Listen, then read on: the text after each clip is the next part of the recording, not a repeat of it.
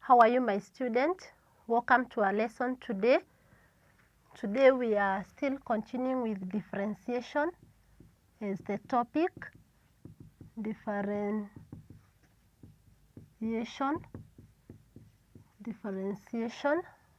That's our topic. In the previous lesson, we were looking at how to calculate the gradient in a straight line, and we think that gradient, also called the slope, is given by the change in y divided by the change in x. And you remember we said for a straight line, the equation, the general equation of the straight line is equal to y is equal to mx plus c, where y is the variable, x variable, then we have m as our gradient and c is the y-intercept. Then we also looked at the average rate of change, whereby we said when you want to calculate the average rate of change, let's say from point P to Q, you join using a straight line, you join the two, join using a straight line, that is in case of a curve. You join using a straight line, then you find the gradient, find the slope of line PQ. By getting the slope, you'll be getting the average rate of change. So today I want us to look at, in this lesson, another change that we call now the instantaneous rate of change. Instantaneous rate of change. This word instantaneous comes from the word instant.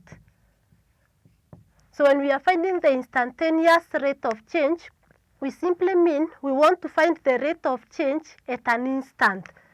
So we want to find the rate of change at an instant, or we can say at a point, the rate of change at a point. And when we want to calculate the rate of change at a point, this one we apply in curves. When we want to calculate the rate of change at a point, we draw the tangent. At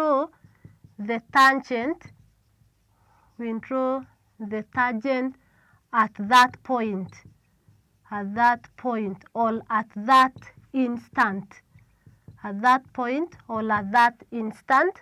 Then after drawing the tangent, we calculate the slope or the gradient. We calculate the gradient of the tangent. So these are the two steps that we are going to follow.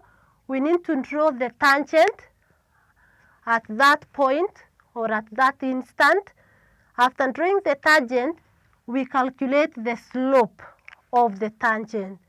By so doing, we'll now be calculating the instantaneous rate of change at that point, because instantaneous stands for at a particular instant or at a point. So in the curve, you draw the tangent at that point, then we calculate the slope or the gradient of the tangent. And I want us to do an example. We need first to come up with the curve. We can take the curve whose equation is y is equal to x squared. We take that curve and then we are going to calculate the rate of change. We are going to calculate the rate of change,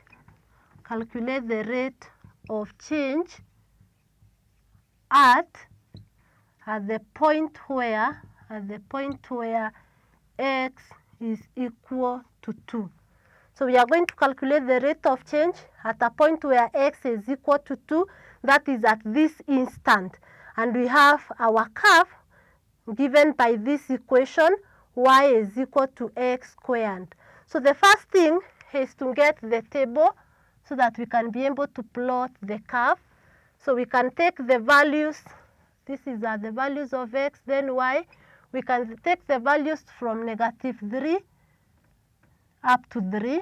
So we have -2, -1, 0, 1, 2, up to 3. We can have those values. Then this one means our y is equal to x squared. This one is the same as x squared, meaning that it is -3 squared, -2 squared, -1 squared, 0 squared, 1 squared, 2 squared, and 3 squared. Then after that, we need to plot the graph, that curve. So we need to draw the Cartesian plane, and then we plot that curve. So this is what we are having, the x-axis. So you have 1, 2, 3, 4, 1, 2, 3, 4. Then we can have here the y-axis. You can see on the y-axis we only have the positive sign. So we can have here our 1, 2, 3, 4, 5, 6, 7, 8. It is up to 9 in our case. So that's what we are going to have. So we have the x-axis, we have 0, 1, 2, 3, 4. We have here -1, -2, -3, -4. Then here we have 1 up to 9, 3, 4, 5, 6, 7, 8, up to 9. Then we need to plot those points. We plot the points. We plot these points. So we have the first one, -3, 9. So we have the -3 all the way to 9. We can still use our ruler to locate the point, -3, 9. -3, 9. Then we'll have the next point, -3, 9. We have our point approximately at that point. Then we have -2, 4. So we have the -2 there. Then our 4 is there, so our point is there. Then we have -1 and 1. So we have the point somewhere here. Then we have 0, 0. That's the point. We have 1, 1. So our 1, 1 is here. This is the point. Then we have 2, 4. We have 2 and 4 at this point. Then we have 3, 9. We have 3 all the way to 9, somewhere there. Then we join the points. We need to join those points to get the curve. So we join the points. So that will be our curve. And we come and name it y is equal to x squared. Then after that, and to ensure that it is as smooth as possible, then this is the turning point. Then we are told to calculate. So this is the curve, y is equal to x squared. We are told to calculate the rate of change at a point where x is equal to 2. So we come and mark where x is equal to 2. We have this is the point, x is equal to 2. So we can name that point A. Then we have seen, we draw the tangent at that point or at that instant. So we come again using our ruler and draw the tangent at that point. So where x is equal to 2. Our x is equal to 2 at this point. So we come and draw the tangent, a line that will only pass through that point. So we have it this way. You just come and now use a straight line. You join using the straight line. So this is the tangent at this point. So this is our tangent.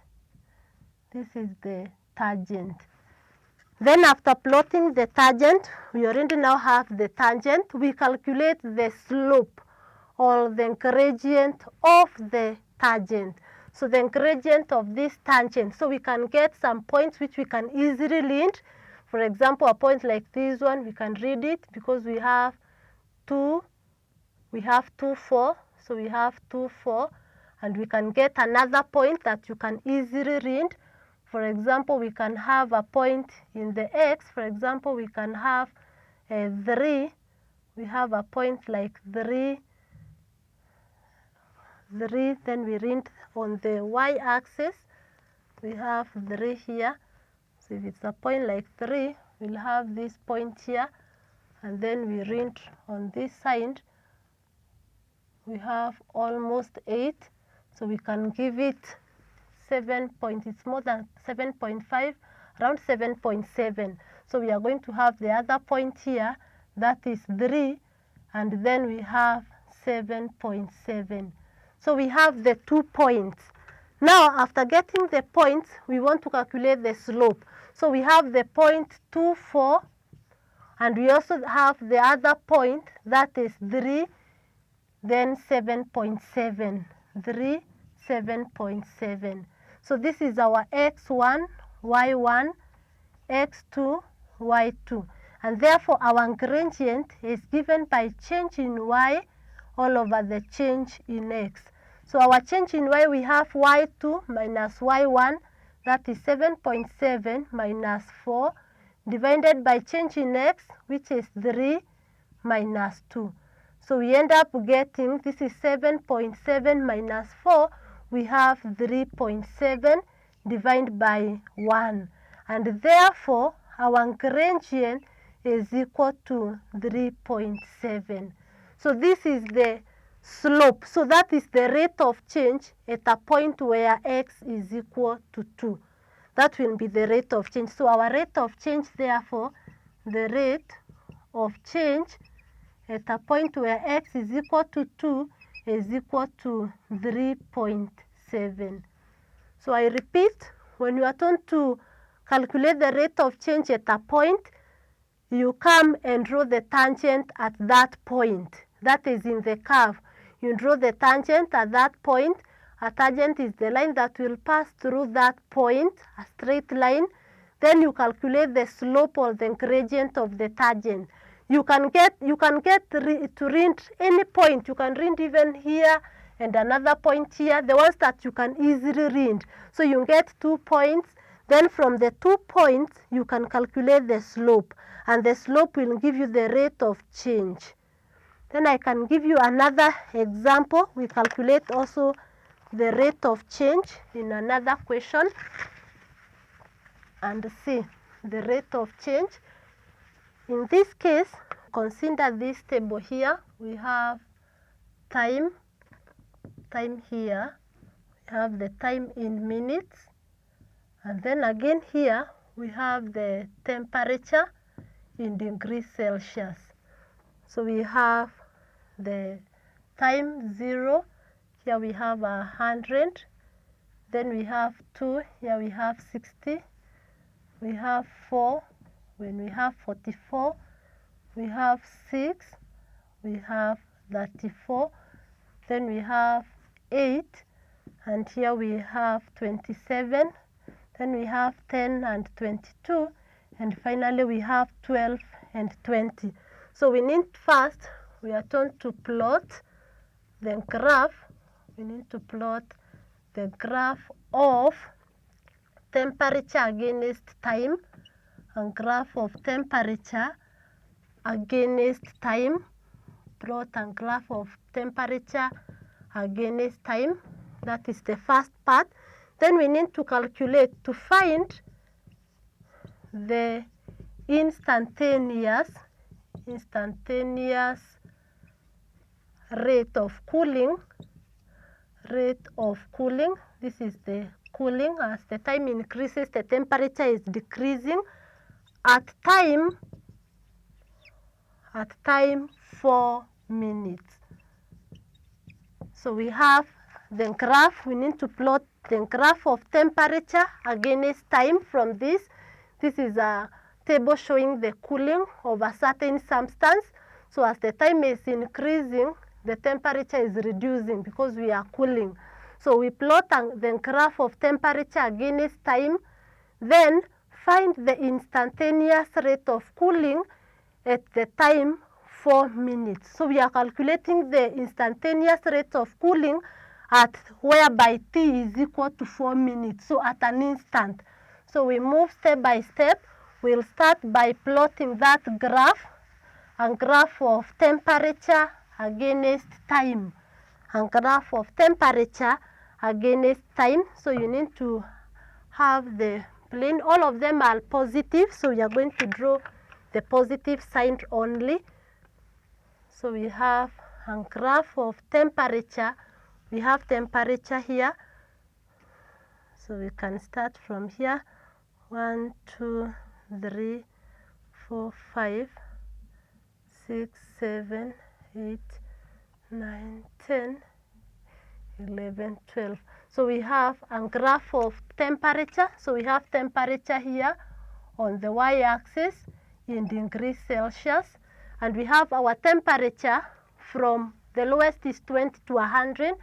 So if we take this one to be our 0 and we plot the x-axis on this side, we have the x-axis, whereby in the x-axis we have the time.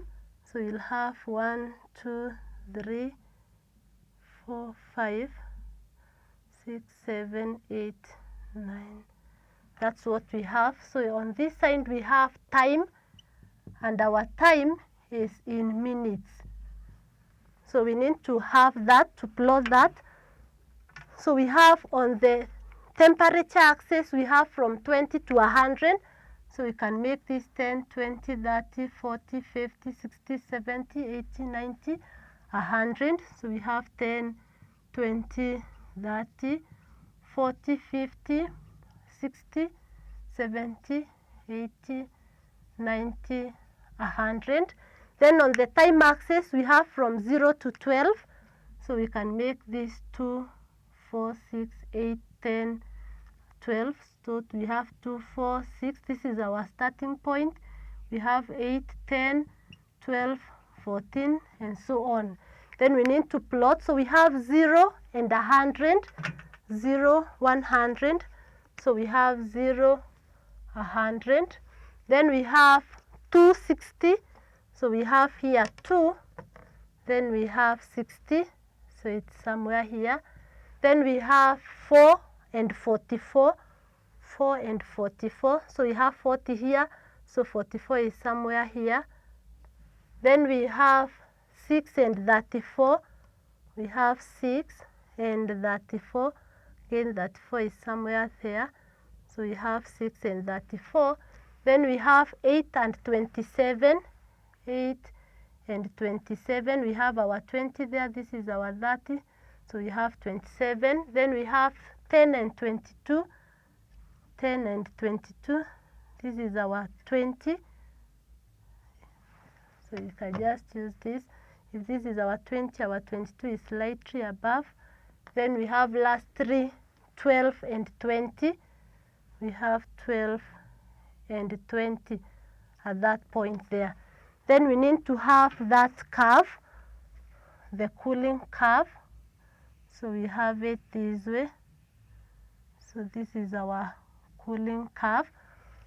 You see we have omitted this one because it's not falling within the curve, and we need to plot a smooth curve. So we have it this way. So that's the curve that we are going to have. That's the curve. Then we are told, after plotting the graph of temperature against time, we find the instantaneous rate of cooling at the time when t is 4 minutes. So at this point here, where it is 4 minutes, so we have at 4 minutes, we need to come and draw the tangent at that point. So at 4 minutes, this is what we have. We have the point here.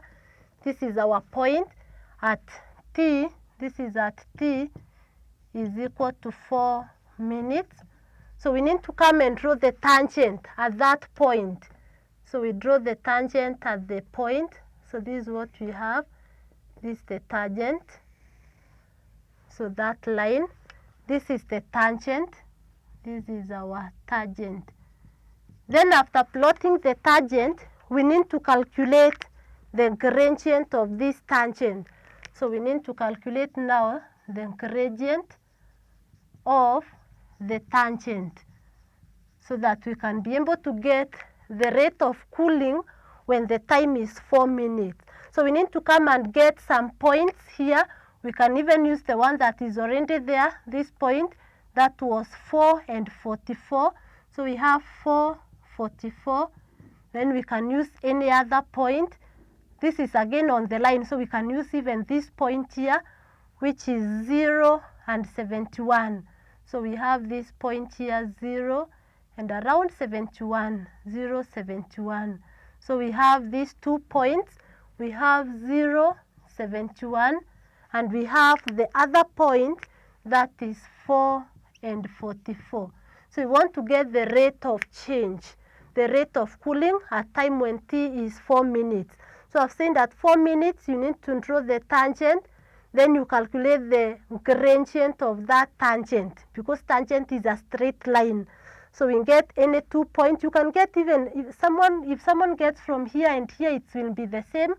If someone gets this point and another one here, it will still give the same thing because it is a straight line. And therefore you just come and say gradient is given by change in y divided by change in x.